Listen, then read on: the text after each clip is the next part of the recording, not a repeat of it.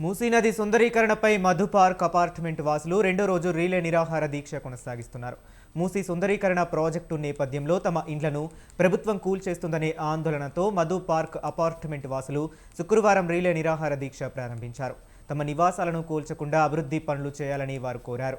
నిరసన కార్యక్రమంలో రిటైర్డ్ ఉద్యోగులు, అపార్ట్మెంట్ వాసులు భారీగా పాల్గొని ఫ్లెకార్డులు ప్రదర్శించారు. జీవన హక్కుల పరిరక్షిస్తూ ప్రత్యామ్నాయ మార్గాలను అన్వేషించాలని ప్రభుత్వాన్ని కోరారు. ప్రభుత్వం వెంటనే స్పందించి సమస్యను పరిష్కరించాలని మధు పార్క్ అపార్ట్మెంట్ వాసులు విజ్ఞప్తి చేశారు.